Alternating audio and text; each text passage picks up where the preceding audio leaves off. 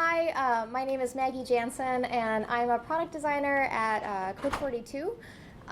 Basically, I'm here to give a talk on the science behind product design, and I'll go into that a little bit more. And it's specifying more around the psychology of product design and more of human factors, fun facts, and things that you can bring along with you when you're thinking about how to best build the strategy for psychology behind a product.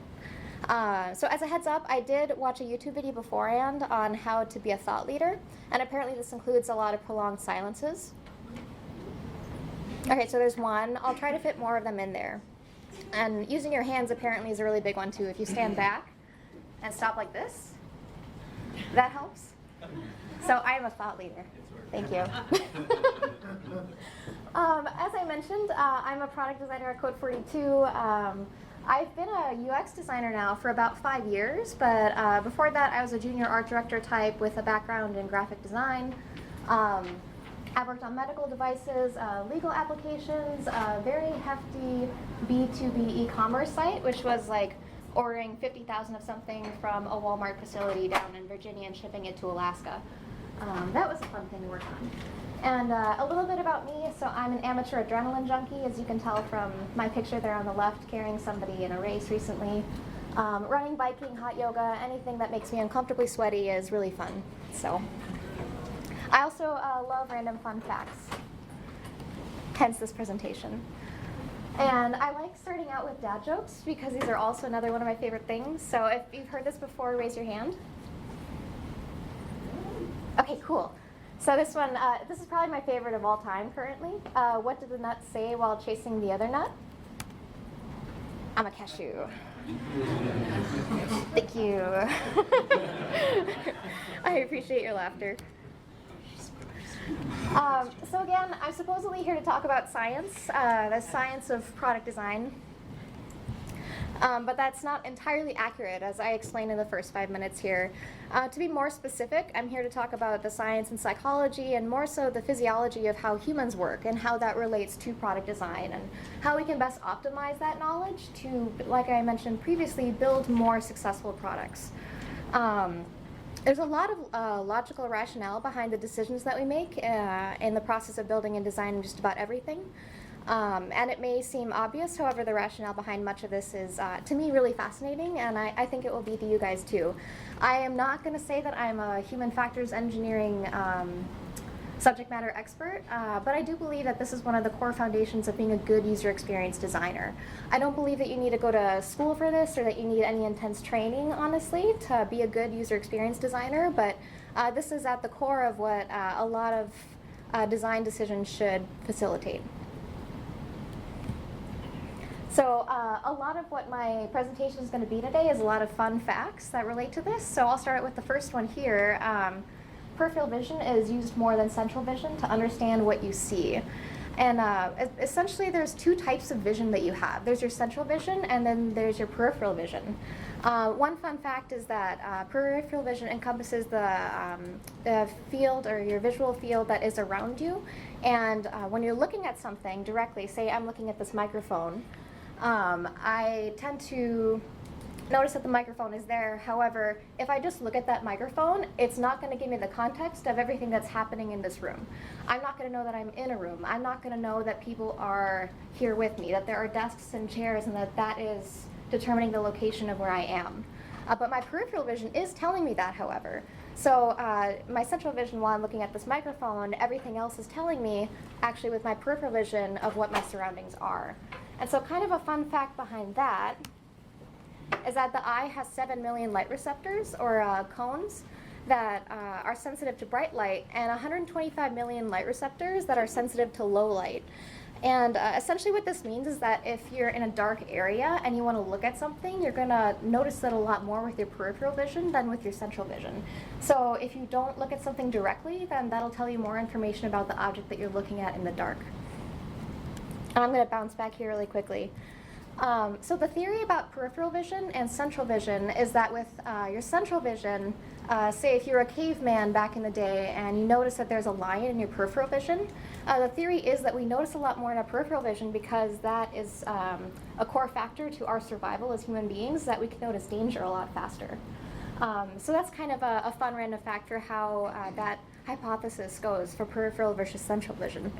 And there's a scientist named Dimitri Bale in 2009 who actually did this whole study with clowns and putting them in people's central vision and peripheral vision. I would not have liked to be subject in that personally. But he basically just cemented that this is a real thing that we can base a lot of our decision making off of. It's kind of the same if you think about, let's see here. And then the next one that I had is people identify objects by recognizing patterns. So there have been many theories over the years about how we see and recognize objects. And an early theory was that your brain used to have this memory bank. So kind of like just storing flat information in a hard drive, your brain would look at something and then it would scan through millions and millions of objects to determine what this object was. And when you see an object, you compare it with everything there until you find the one that matches. And this is all happening within a matter of seconds, apparently, but that's not how your brain works, is the latest theory for object recognition. It's now called geons, or geometric icons. So the theory is that there are actually a base of like 36 geometric shapes that your brain stores, and then it combines all of these to create one object, and that's how you recognize things when you look at them. There's an American vision scientist named Irvin Biederman who came up with this idea of geons and object recognition, and that was back in 1985. It's recognition by components theory that suggests that there are fewer than 36 geons, and they're forming the building blocks for the objects that we see and recognize today, essentially. And this is one of the reasons why consistency is so important in product design, because people are hardwired to look for and recognize patterns. This helps to reduce cognitive load when you're looking at something, and it's easier for you to process within 2 seconds. And then fun fact, your visual cortex is more active when you're imagining something. And that's because your brain has to work harder to produce that visual stimulus that is lacking. So when we don't have a unicorn in here, but if you try to picture a unicorn, your brain actually has to put more energy into imagining that unicorn because it doesn't have the visual stimulus of the unicorn there. And then this gets more into pattern recognition again. So you'll see a theory here or a pattern as well in my presentation. What we're looking at is just different examples of UI that we see in a lot of common pieces of software. So the one on the left-hand side is Apple's Human Interface Guidelines. You'll see a lot of their shapes for icons are very simplistic. They're made up of just various rectangles and hard corners. And that is just to make it a lot easier for you to identify what those are. And you'll recognize these icons because they're used everywhere. And that's because consistency is extremely important for people to quickly understand something. And then on the upper, let's see here, where am I? Left-hand side is an example of a product that I'm currently working on. Again, system icons are the same pretty much throughout every single interface that you'll be working with.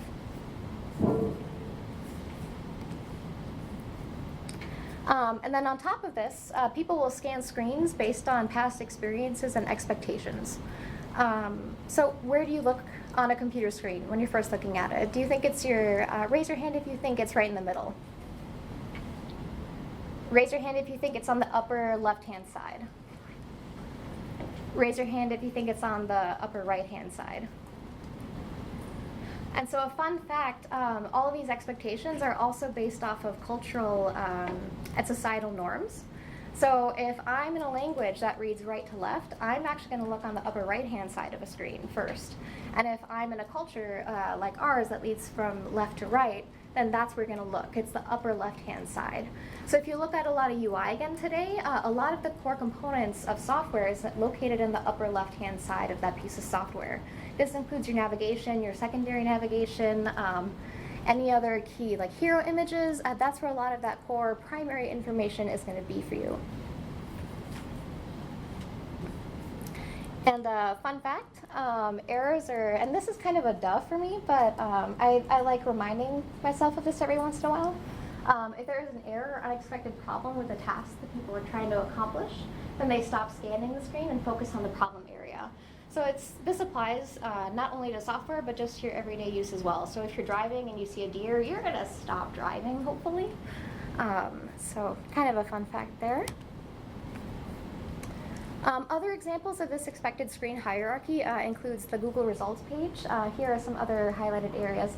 Again, in the upper right-hand side is the product that I'm working on. You can see a lot of that navigation is there with that left-hand side there. And then you see the main logo of the company that I work for. And here with the Google results page, it's the very first result that you're looking for, the definition of that. And then on the lower right-hand side, it's just a simple, I was looking at a job fight a couple of years ago, and then it timed out, and that's what happened. I kind of wish that the dog was the primary icon there, but unfortunately it's not. And then moving on, another fun fact, reading and comprehension are completely different concepts. And this sentence for me is always very difficult to read. So give me a moment here.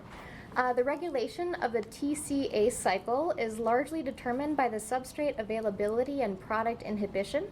NADH, a product of all the dehydrogenases in the TCA cycle with the exception of succinate dehydrogenase, inhibits pyruvate dehydrogenase, while succinyl-CoA and citrate synthesize. Words are hard. And I don't think any of you comprehended that, right? No, yeah. And that's because you have to be an expert in that. And this is where information experience writers and where user experience writers can come in and really look at the content of whatever software or website that you're designing for and make it universal for everybody to read. So you can read something, but you can't comprehend it is basically a good way to keep in mind that when you're writing or when you're writing for content, or if you're a UX writer trying to simplify it for a more generic audience, know who your audience is. If they're skilled in more biology, then you want to tailor it to them and maybe hire a biology writer to come and help you look at your content. So be aware of that. There's also, I had no idea that this was a thing, but it's called the Fleisch-Kincaid formula, and it's commonly used to calculate the readability of text.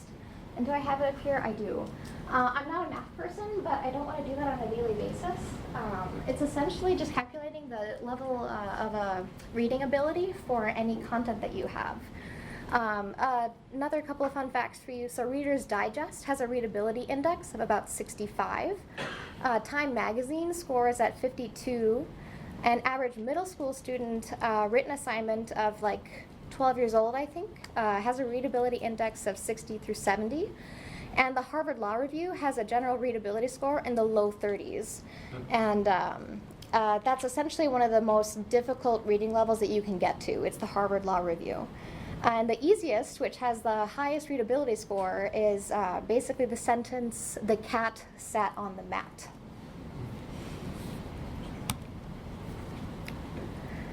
And this is something that I have debated at every single job that I'm at. When you're coming up with content for either your product or your website, you always want to look at the character length of your paragraphs.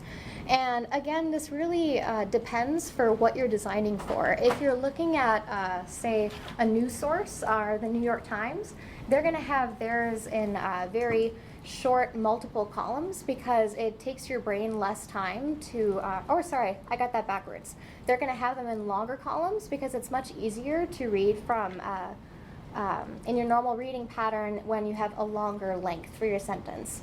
It takes your brain more scanning time or more processing effort to go from one end of the paragraph to the other end of a paragraph. So if you're debating with anybody on your team, should it be a wide column with 100 characters per line or a short column with 50 characters per line? The answer really depends on whether you want people to read faster or whether you want them to like the page. There was a scientist called Mary Dyson who in 2004, she conducted research on line length, and she combined other studies to determine what line length people preferred. Basically, her work showed that about 100 characters per line is the optimal length for on-screen reading speed.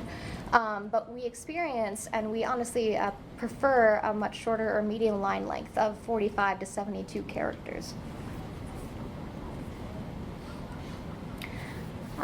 And so, as I mentioned previously, shorter line lengths take more time to read.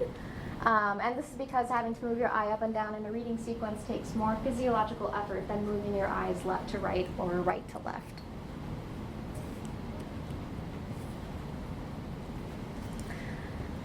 And I think this is one of my personal favorite things to think about when I'm designing.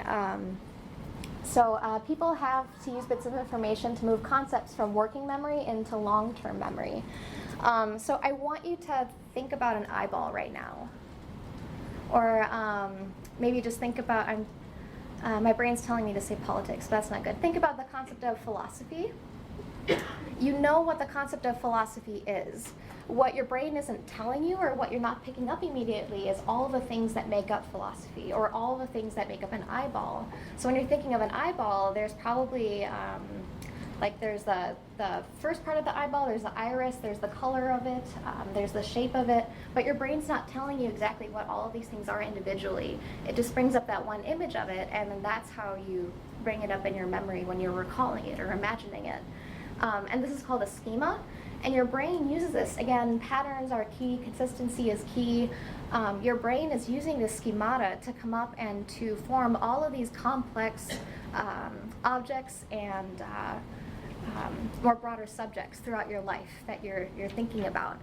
And this easily applies to any of the users that you have that you're designing for. So when you're thinking of, say, designing for a law application, I know lawyers have this thing called matters, which is essentially a legal case. Picking up the word matters is important because in a lawyer's context, they're going to understand what that means. Matter is a schemata for them. It's a combination of all these complex subjects that relates to their area of expertise. So this is why user research specifically is really important, is because you want to understand your user better and what their individual schemata is and how you can apply that to your product specifically. And then neurons in the brain also fire every time that we repeat a word, a phrase, or a song, or something that we're trying to memorize. And memories are stored as patterns of connections between neurons. So when two neurons are activated, the connections between them are strengthened. And this is actual physical evidence that repetition is helpful for getting good at something or for really enforcing it into your memory, because the stronger those neurons are, then the stronger that you have that piece of information or that skill set embedded physically in your brain.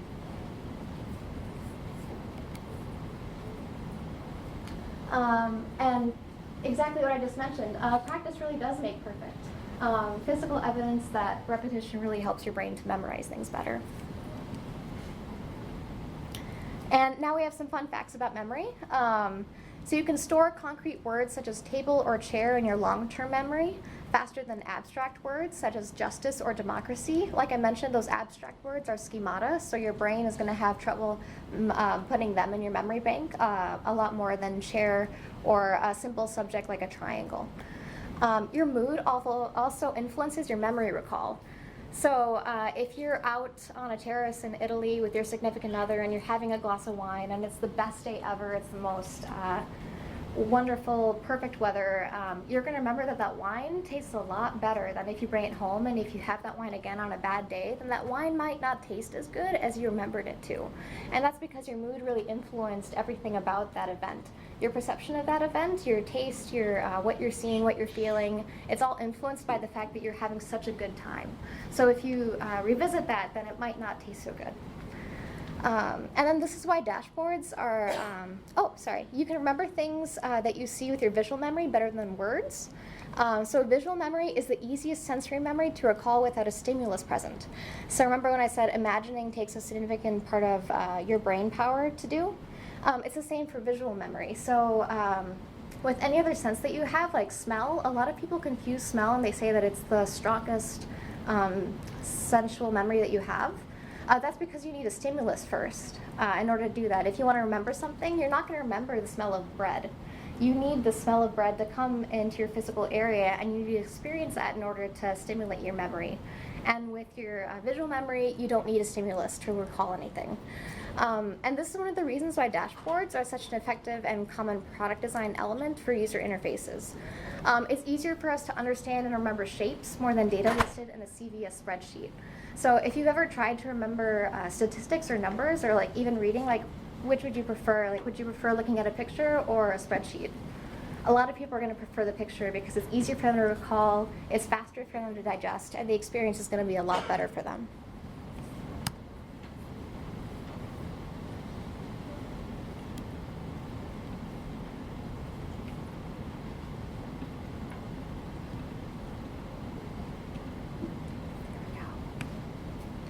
And people process information better in bite-sized chunks.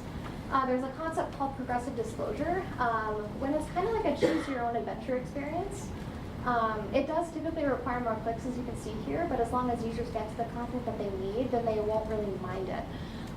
When you're thinking about progressive disclosure, though, one of the things that I really want to emphasize is that you can't practice it without having a really good information architecture. You need to understand what the goal is of each user is that they're trying to accomplish. So if you don't know what your user want, if you don't know anything about your end user's needs or their goals or what their preferences are, then progressive disclosure is not something that you want to utilize. You need to have a solid information architecture with a clear hierarchy for them to follow down whatever path that they really need for that. Let's see here. And then one of the first times that this term progressive disclosure was first used, it was by a professor named J.M. Keller, who actually, he was a professor of design or education design. And he had this model called ARCS, which is attention, relevance, confidence, and satisfaction. And he used that a lot when he was teaching his design courses. And this one I kind of battle with because I'm not sure that I completely agree with it. But there's a theory that people are inherently lazy.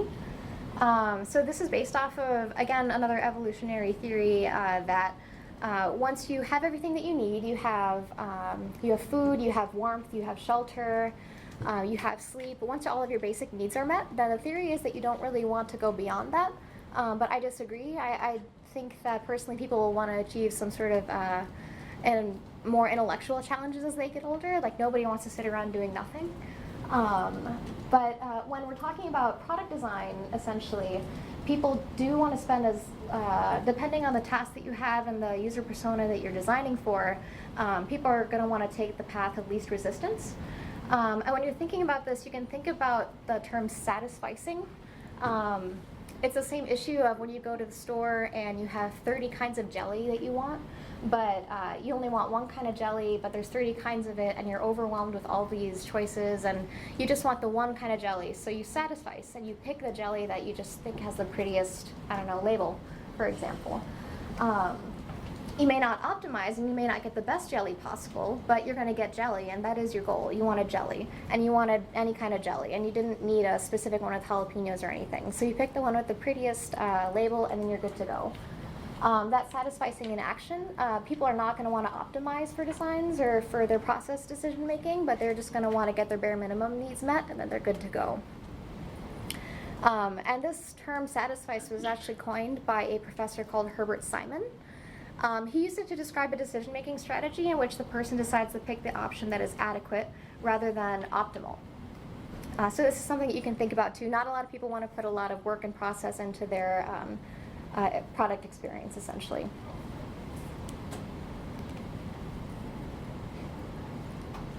Another one is dopamine makes people addicted to seeking information. The theory behind this one is if you think about how much time that we spend looking at our screens, at our phones, we're constantly refreshing our Instagram or our Facebook or our Twitter pages. This kind of helps to explain that new phenomenon of why we are constantly glued to our screens. It's because we're consuming information constantly.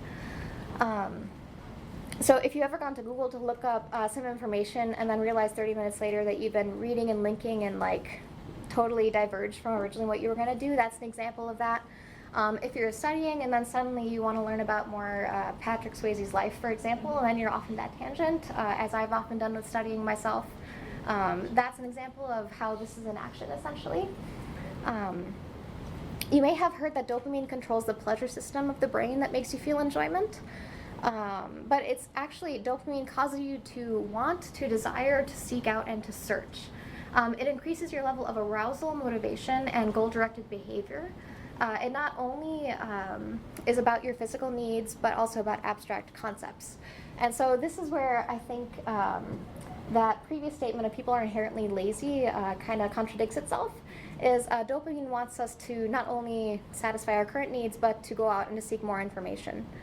And about that, it was, according to Kent Berridge in 1998, there's the wanting dopamine system and the liking opioid system are complementary.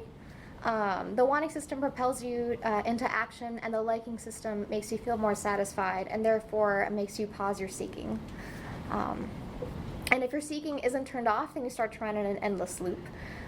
So whenever you get tired of looking at Patrick Swayze, or you feel like you've learned enough about him, then that's generally when you stop looking at it. So this is, again, another theory for why we really consume a lot of our social media constantly and why we're so addicted to it. And this one is another one of my favorites. So people expect online interactions to follow social norms. When people interact with each other, we follow certain specific unspoken rules and guidelines for how to interact with each other from a social perspective. So say you have a brand new coworker. His name is Tom. And he comes up to you and he starts telling you all of this weird things about his dog. His dog likes to sleep with him at night, but he's kind of smelly, but he just wishes that he would take his medication on occasion. And oh, look, there's a picture of his dog right now, and he's spending all of his time telling you about his dog. That's an example of how you can violate the unspoken social contract that we have and how to appropriately interact with another person. Or if he comes up to you, for example, and he tells you that you sucked at your presentation today. That's another example of how you can violate that unspoken social contract. And with the way that we interact with people, that's the way that we should think about interacting with our software or with our products. You know, the first thing that you want when you come to a page is you don't want a blast of a marketing campaign asking for your address or for your phone number. Like, think about how weird that would be if a person came up to you and they just asked you for your phone number and you've never met them before. It's very much the same expectations that you have for when you're interacting with a person. So any normal social norms should be applied to whatever product or software that you're designing for, essentially.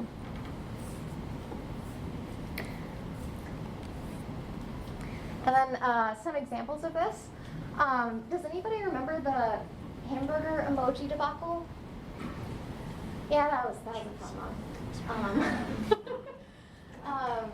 My other designer coworkers and I really laughed at each other about this, and we're like, oh, can we do this with our own product, or can we bring this up to our CEO for things that don't make sense?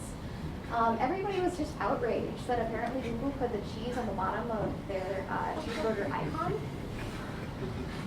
And it's funny because, you know, it doesn't make a lot of sense. We expect the cheese to be on the top of the burger. There was one article that was written on The Verge about this that stated that Google's positioning of the cheese is blasphemous, simultaneously defying both culinary physics and good taste. It is so egregious that Google CEO Sundar Pichai took notice and promised to drop everything and address on Monday if folks can agree on what the correct ordering should be. And I should say it was first noticed in October 27th, and after the social media backlash, it was corrected that following November 28th. So it only took about a month for Google to correct this icon debacle. And there's another one too with, if you guys, do any of you remember the foam on the beer icon debacle as well? Yeah, that was the thing. For some reason, they put the foam on the wrong part of the beer, and that was another issue. And so I don't know how they're drinking beer, but the foam is always on the top, not anywhere. That's what they call it, the head, I think. Yeah, it was very strange. So I don't know who's designing their icons at Google, but they eat and drink very strangely. Like I mentioned, the first thing that you want to see when you go to a website is you don't want to be barraged with marketing campaigns. One of the things that are most annoying that I've seen in trends these days is actually this kind of passive-aggressive marketing campaigns. So if you're looking at this, I'm looking at the Food and Wine magazine, and I just want to see my recipe, that's it. But it hits me with this pop-up ad that says, subscribe to our email right now or something. And then if I want to X out of that, I can either go up to that itty bitty little X that's barely discernible visually, or I can click this passive aggressive statement that says, I'm not interested in delicious recipes. And that just put a really bad taste in my mouth when I went to that site and I saw this, and I still use Food and Wine. Like, they didn't lose me as a prospective consumer. It's the same for Crate and Barrel too. I can make a list of other companies kind of shamelessly in my head that I've logged that have struck me with this experience previously. But you want to be a good person to your user, and you want your users to interact with you on a positive note. Don't use dark UX patterns to get them to interact with you. If you're going to be passive aggressive, and if you're going to be like that, then a lot of people are not going to want to use your product, or they're going to have a bad taste in their mouth in the same way that I'm bad-mouthing them currently today in front of all of you. And then lastly, so as I mentioned, I'm not a human factors expert. I'm a user experience designer, and my talk was not a lie, but I will say that it was based off of this book that I really loved. As a user experience designer and just as a tech worker these days, I'm a constant learner. I'm reading as much as possible and consuming everything as much as possible. And a lot of the information that you have heard me talk about today actually comes from this book. And it's a free PDF that's online, which is awesome. So free knowledge. Knowledge is power. So it's called 100 Things That Every Designer Needs to Know About People. And it just talks about all of the things that I mentioned to you and much more, with various case studies and how people have studied the physiology and psychology of the human body and how we interact with things. And I know it's a little bit early, but I guess that's all. So I don't know if you guys have any questions or anything that I can answer for you, or.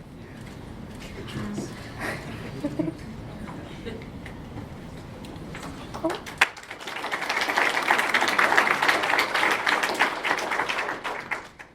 Sorry, I saw one there in the back. Did you make your GIFs yourself? I wish. No. I'm just a very GIF or GIF obsessed person. Yeah.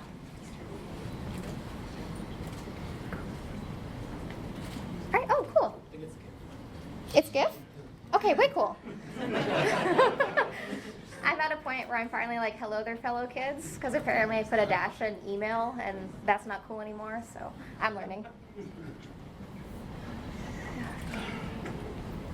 Sweet. Oh. So, often we have a battle between good user experience and user outcomes from an analytics point of view, especially in marketing sites. Sure. Where the numbers clearly state that some horrific UX experiences lead to conversions. And there will be a team whose task is to increase the number of conversions. And so they are motivated to put bad UX in there. What's the answer? So I sat through the previous presentation that was here, and I kind of want to reuse a line that was said there, is that might not be a team that you want to work for.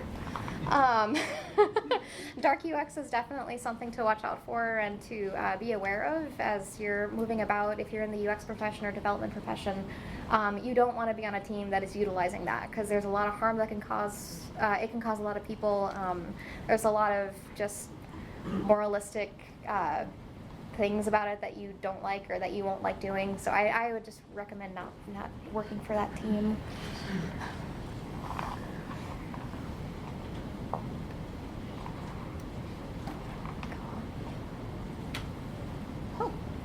This is more of like a statement, but it was cool that you brought that book, because I actually follow the Team W, which is Susan Weinstein's company, if people don't know, and they actually put out newsletters related to UX.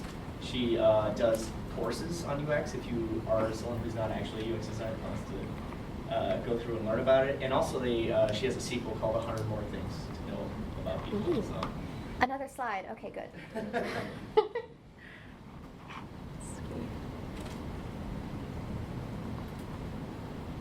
All right. Cool. Well, I think that's it. Thanks for coming, everybody.